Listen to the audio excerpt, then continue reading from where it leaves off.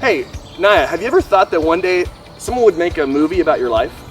Oh, what genre would it be? Thriller? Rom-com? Maybe action? What about a murder mystery? You know, like Knives Out. Joel, you love that movie, but you want your life to be a murder mystery? Yeah, I would call it like, I don't know, Trapped in an Elevator. Plot twist, the elevator would be the killer the entire time. Joel, you really hate elevators. They're the worst. I think if I was in high school, mine would have been a rom-com called A Series of Unfortunate Events. Oh my gosh, I remember you in high school. Very true. Yep. What about you? If your life were to be a genre of a movie, what genre would it be? And then just for fun, what would the title of the movie be?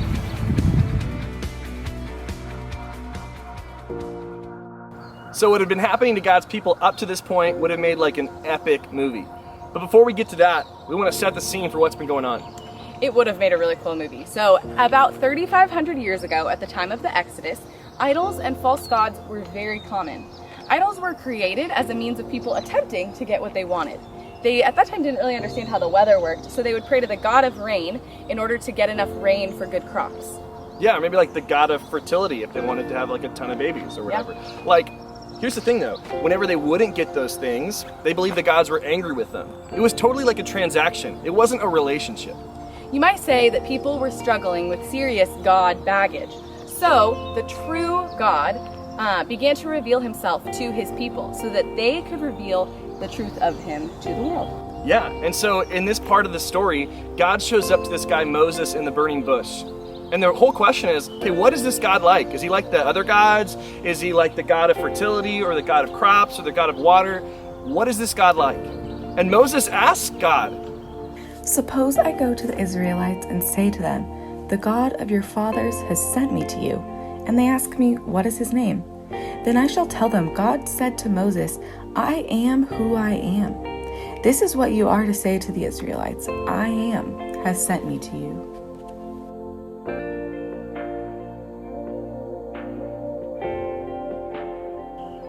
Confusing, right? God reveals that he is holy, totally other and set apart from all of creation. You can't make him into a tiny statue made out of wood or metal that you like keep on your car dash. He defies all categories. Nothing can compare to God. And God's holiness is reflected in his blinding purity, his perfect character. The true God is totally set apart from sin.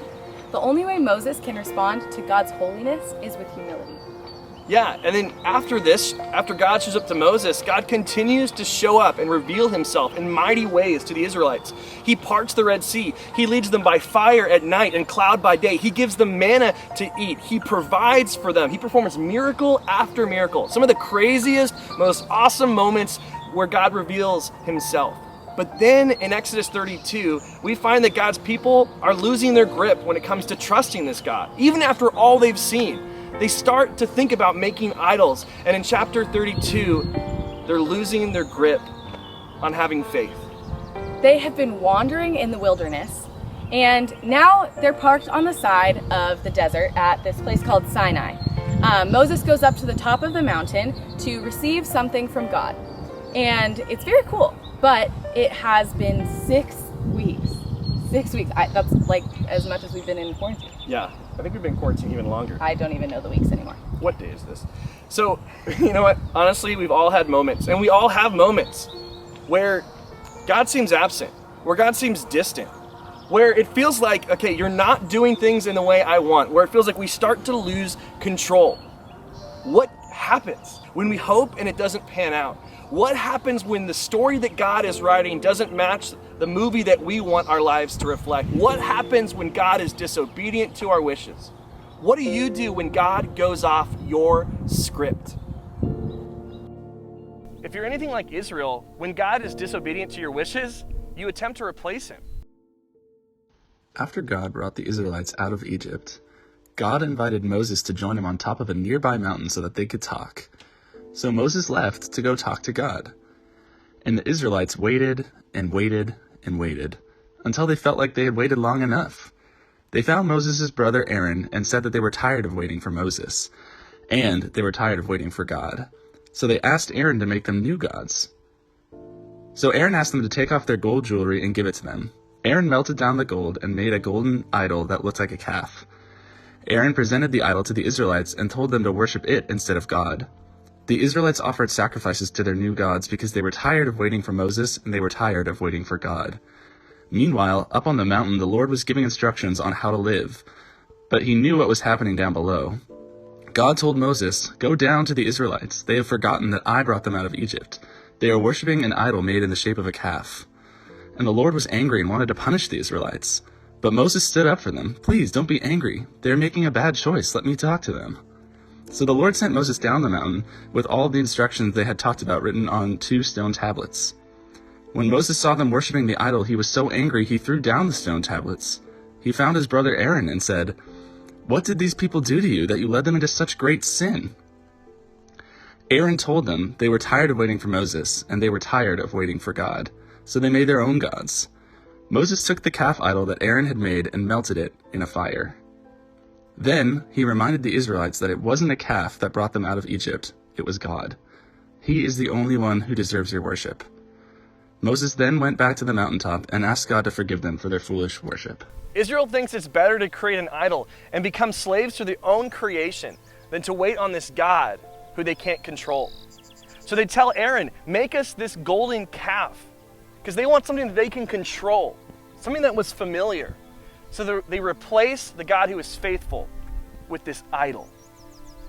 An idol is a good thing turned into a God thing. Like the golden calf was in the shape of cows. Cows give me In-N-Out burgers. And gold, because it's a golden calf, a resource that God created for our good. Paul sums up the fall of humanity into sin by describing it in this way. They exchanged the truth about God for a lie and worshipped and served created things rather than the Creator, who is forever praised. Amen. God is supposed to be the one on the throne, but instead we worship his creation. And this is the amazing thing. It isn't like Israel all of a sudden became atheists. They didn't abandon their belief in God. Israel thought that they could worship God and this thing at the same time. Hilarious. Sometimes the lie we tell ourselves is that you can worship God and this thing, or God and this person. Yeah, we do this too. Like, I'm gonna worship God with all my heart, soul, mind, and strength, but I'm not gonna let God care about who I date or how I treat my parents. I'm gonna give all of my life to you, God, but not this part. Like, are we kidding ourselves? This whole thing is revealing Israel's spiritual immaturity. Obviously, even today, like, we're not dancing around a golden calf, but we still believe the lie that we can worship God and money, God and sex, or God and success, God and our romantic life, God and politics, God and me trying to be a perfect person. See, in the right context, these things are all okay, but they become something that we fix our lives so much on, we fix our attention and our passion so much on these things, that they become basically elevated to a God in our life. We take created things that God created for us to enjoy, but we turn them into gods. We try to worship both.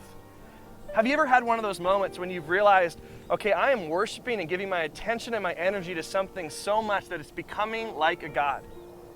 What's one of your God and moments? There's an irony here. Out of our desire to control, we create idols, but then those idols end up controlling us. Whatever controls us is our king. The person who seeks power is controlled by power. The person who seeks acceptance is controlled by all the people that he or she wants to please.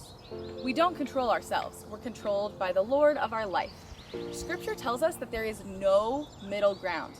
Either you are seeking God and his kingdom, or you are making someone or something else your king.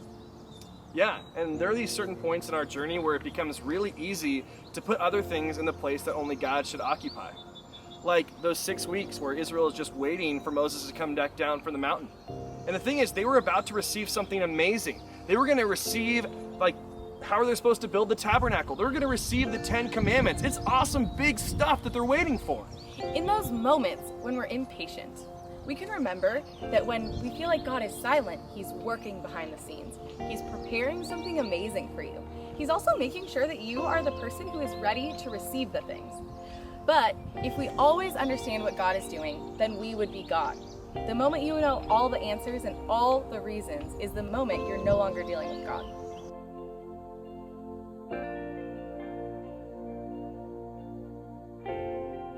You know, it's amazing to hear stories about how people chose to put their trust in God even when they didn't understand. Those are stories for me that inspire me. Like, they get me pumped up when people say, you know what, there was pain, there was hurt, but even still, I trusted him. It's a beautiful thing to trust God. It's a compelling story to trust God, even when you're not in control. You know, I've had a lot of students over the years who've said, you know what, if I could understand exactly what God was doing, if God could just roll back the playbook, if he could tell me what was going on, or if he could tell me how this was going to work out, then I would trust him. Then I would believe. Then I would have faith. But here's the thing, if we only ever trusted God when we understood him, if we only ever trusted God when we knew what he was going to give us, then what would we be doing? Really, we wouldn't be trusting in God. We would be wanting what God was going to give us. We'd be wanting his stuff and his gifts, but not God.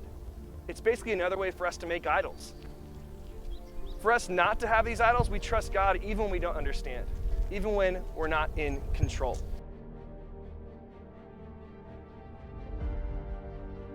We know that it's hard to give up control.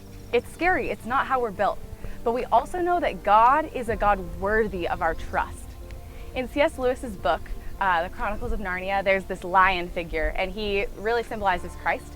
And there's a little girl who is going to meet him. And so she asks her friends, is he safe? I'm kind of nervous about meeting him. And they say, safe? Who said anything about safe? He isn't safe, but he is good. And we know that giving up our trust, giving up control to God is something that is scary. But he is the same God yesterday, today, and forever. And we can trust him. He has always been good, and he will always be good.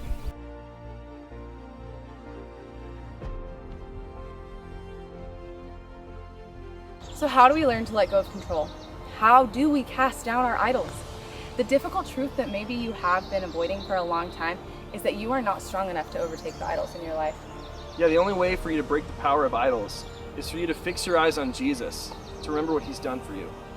I shoulds or I have tos will never get you to where you want to be. Those are like the beginning of a hike in the wrong direction. Only reflecting on the sacrificial love of Jesus will drive us to sacrifice the lesser loves in our life to make him first. If you want to let go of control, you need to hold on to Jesus. You need to put him back on the throne of your life. See, idolatry cannot just be removed, it must be replaced. And replaced not just by a belief in God. Millions of people believe that there's a God. It needs to be replaced by worship of Jesus. When Moses kept demanding for Pharaoh to let the Israelites go, his refrain was this: let my people go so that they might worship. The wilderness was supposed to be a place of worship. Worship breaks the shackles of control and changes our hearts. One of my favorite authors talks about worship like this. Worship works from the top down, you might say. In worship, we don't just come to show God our devotion and give him our praise. We are called to worship because it's in this encounter God remakes and molds us top down. Worship is the arena in which God recalibrates our hearts, reforms our desires, and rehabituates our loves. Worship isn't just something we do. It's where God does something to us. Worship is the heart of discipleship because it is the gymnasium in which God retrains our hearts. Worship is where a different story begins to be written on our hearts. Not a God and story, but a God even story. God even when it hurts. God even when I don't understand. God even in the suffering. God even in the confusion. Even in the pain. Even in the waiting. Even when I don't see what you're doing behind the scenes. God, even then, I will trust you. Can you imagine if all of us chose to worship Jesus in these wilderness moments? How powerful and moving those testimonies and stories would be for us to share. How inspiring those movies would be to show to others. You are writing that script today, in everything you think, in everything you say and do. What kind of story do you want to write? Make it a good one.